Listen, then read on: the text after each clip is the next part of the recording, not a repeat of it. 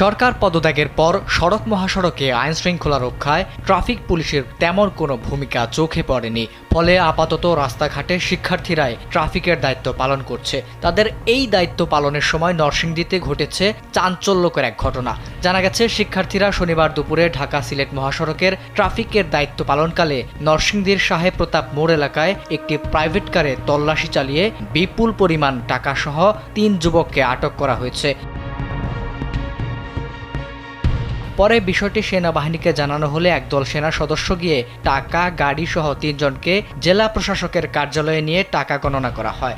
খালাম্মা, আমি আপনার মোবাইলে সেলফিন ইনস্টল করে দিতেছি। আপনার রেমিটেন্সের টাকা আপনি নিজেই জমা করতে পারবেন। সেলফিন, আগামীর ব্যাংকিং। গণনা শেষে সেখানে ৮৮,৫০,০০০ টাকা পাওয়া যায়। বিষয়টির সত্যতা নিশ্চিত করেছেন জেলা আনসারের কমান্ড্যান্ট মোহাম্মদ জাহিদুল ইসলাম।